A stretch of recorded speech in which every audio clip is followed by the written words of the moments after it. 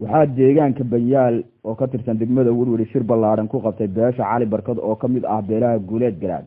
Ujeedka shirka beesha ayaa ahaa markaasi in garaadka bedeli doona Allah u naxariistay garaad Afshir Saalax Maxamed uu noqdo markaasi garaad beeshu si guud uga wada tashato isla markaasina aysan maroorsan koox gaari.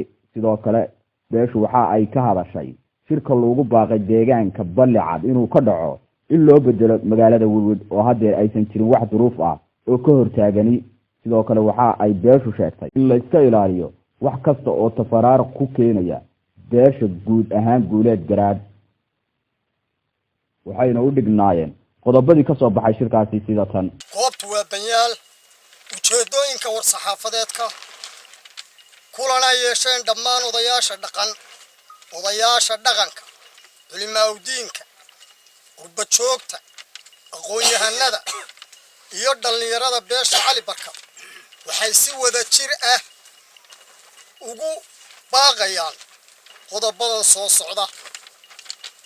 marka hore intaan loo gudbin qodobada waxaanu halkan mahad uga celinaynaa annagoo beesha reer Faarax Cali ama Cali Barkad siduu garan karo dhammaan ummadii Soomaaliyeed ee lagala qayb qaadatay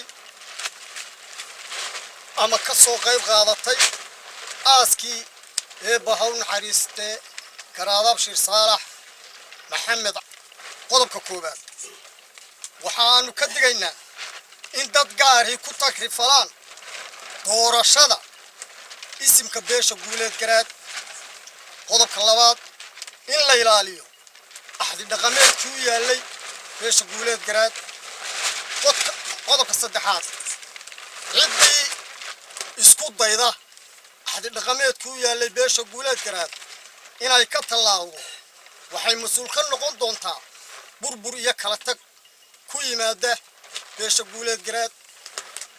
qodobka afraad waxaanu ugu baaqaynaa dhammaan beelaha guuleed garaad meel kastoo ay joogaan in soo xulista isimka beeshu ku dhaco wada tashi iyo wada jir. qodobka shanaad waxaanu in shirka loo asteeyay deegaanka Ballicad 23 bisha 7 2016 inuusan ku habboonayn deegaanka Ballicad. qodobada soo socda ugu fikirka aanu qabnaa waa sida qodobada aanu ku sheegayno inuusan ku habboonayn deegaankaas. shirka beelweynta guuleed garaad ku ballansan tahay qodobkiisa koobaad Ballicad maaha meel dhexdhexaad u ah ergooyinka ka kala imanaya deegaamada kala duwan ee beelweynta guuleed garaad. qodobka labaad degmada Ballicad ma dabooli karto shirka iyo ergooyinka sida korontada internetyada iyo agabka kale ee shirku u baahan yahay. sidaa awgeed waxaanu ku baaqaynaa in shirka loo wareejiyo degmada Werweri caasimada oo caasimad u ah beelweynta guuleed garaad. shirka in loo wareejiyo Ballicad lagu ballamay in loo wareejiyo Werweri loona dad badsado cid kasta oo aan laga maarmayna la keeno. intaasaanu anagu soo jeedinaynaa.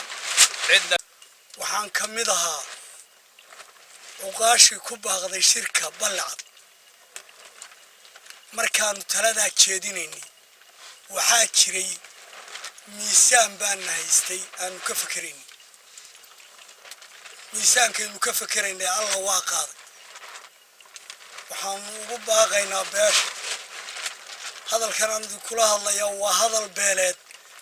beeshu go'aan waxay ku gaadhay iyagoo u garsooraya masaafooyinka ergooyinka guuleed garaad ee iman doona ama dadka la martigelin doono in magaalo madaxda oo Werweri oo u ah beesha guuleed garaad in lagu soo xaadiriyo shirkuna uu ahaado haddii aanu nahay beesha reer Faarax Cali Barkad halkan waxaanu uga tacsiyeynaa garaadkeena dhintay garaad abshir saalax maxamed ilaahay ha u naxariisto innagana samir iyo iimaan iyo cawl khayr qaba allah inaga siiyo amiin amiin amiin inta ka bacdi beelaha guuleed garaad waxaanu u sheegaynaa shirkii lagu iclaamiyay ballicad inuu wirwir kaga habboon yahay meelaan madax ahayn oo la salaaxa ma jirto waxaan idinka codsanayaa geedkii aan abshir maxamed saalax ilaahay naxariista ha siiye aan caanaha kaga shubay maantana inuu kii noqdo baan idinka codsanayaa inagoo aan wax dhibaato aana jirin wax kala jeedihiina jirin danaheenna halkaa ku gaadhin qashaan oo is adeecdaan marka waxaynu isu dardaarmanaa waxa weeye midnimada iyo waxa weeye midowga in waxa weeye laga shaqeeyo waxa weeye wax kastoo dantu ku jirtaan lagu midoobo si kastaba ha ahaatee shirkan beesha ayaa imaanaya xilli qayb ka mid ah beeshu ay shir ugu baaqday deegaanka ballicad inuu ka dhaco 23 bishan waa cabdi ciro Kelson TV magaalada